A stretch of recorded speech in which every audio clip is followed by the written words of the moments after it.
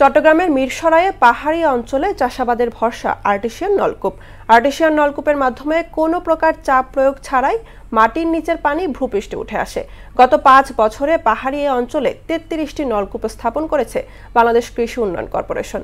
এসব নলকূপের পানি দিয়েই ধান সহ সবজি চাষ করছেন স্থানীয়রা। কামরুল ইসলামের প্রতিবেদন, জানাচ্ছেন আফরিন পপি।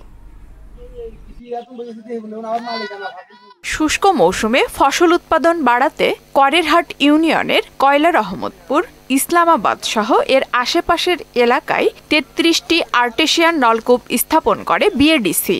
এর মধ্যে 2024-25 অর্থ বছরে বসানো হয়েছে 20টি নলকূপ। এর মাধ্যমে ভূগর্ভস্থ পানি স্বয়ংক্রিয়ভাবে উপরে উঠে আসে, তাতে বিদ্যুৎ কিংবা জেনারেটরের প্রয়োজন হয় না।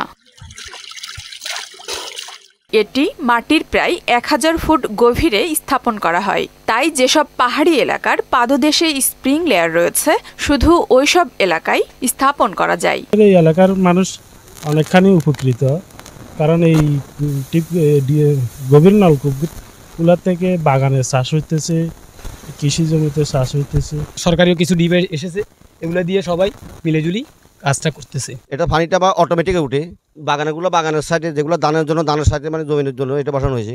আর্টিসিয়ান নলকূপের মাধ্যমে কোনো জ্বালানি খরচ লাগে না, আর স্প্রিং লেয়ার থাকায় এ এলাকায় আর্টিসিয়ান নলকূপ স্থাপন করা সম্ভব হয়েছে।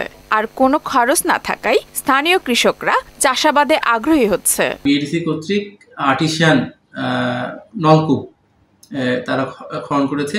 নলকূপটার বিশেষত্ব হচ্ছে যে এখানে কোনো জ্বালানি খরচ লাগে না, এখানে পানি আপনি বের হয়ে আসে। এই আর্টিসিয়ান লেয়ারের মাধ্যমে ওখানে ধান সহ বিভিন্ন ফল, শাকসবজি এই আবাদটা করা সম্ভব হচ্ছে।